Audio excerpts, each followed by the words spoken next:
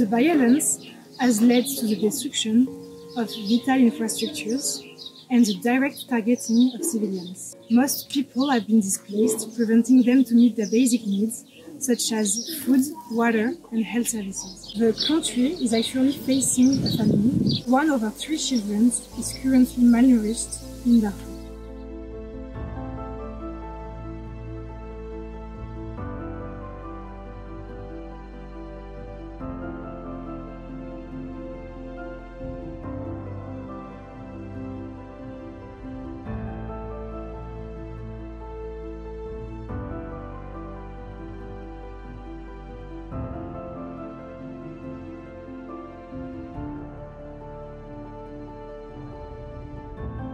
C'est donc, en très peu de temps, un doublement de population qui impacte très directement l'accès aux ressources et des populations hôtes et des réfugiés. Nous sommes au Tchad, où un tiers de la population du pays nécessite de l'aide humanitaire. Actuellement, seuls 5% de tous ces besoins sont couverts par l'aide internationale. Il est donc essentiel que dès aujourd'hui, la mobilisation internationale se fasse massivement de façon à pouvoir répondre à cette crise sans précédent. L'afflux massif des réfugiés du Soudan vers le Tchad à rendre toujours plus difficile à coupler les besoins fondamentaux pour la communauté haute ainsi que les réfugiés. Les services de santé de base manquent. Les équipements, le personnel est insuffisant. La province de Ouaddaï est fortement impactée par les changements climatiques. Il y a des inondations, la sécheresse, il y a un manque très important de l'eau. Presque 50% des centres de santé n'ont pas accès à l'eau potable.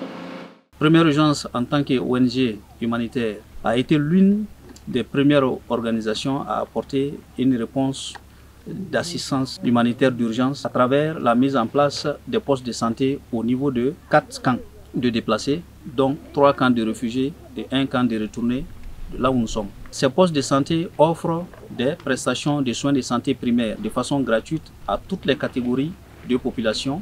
En moyenne, nous réalisons entre 70 et 100 consultations curatives. Et 25 à 30 enfants malnutris sont pris en charge dans ces camps. Et les cas d'urgence sont évacués à travers l'utilisation d'une ambulance vers l'hôpital du district d'Adré pour des soins plus poussés. Ce que nous créons, nous humanitaires, actuellement, c'est l'approche de la saison pluvieuse où des mauvaises pratiques déjà que nous observons dans les camps à travers la défécation à l'air libre.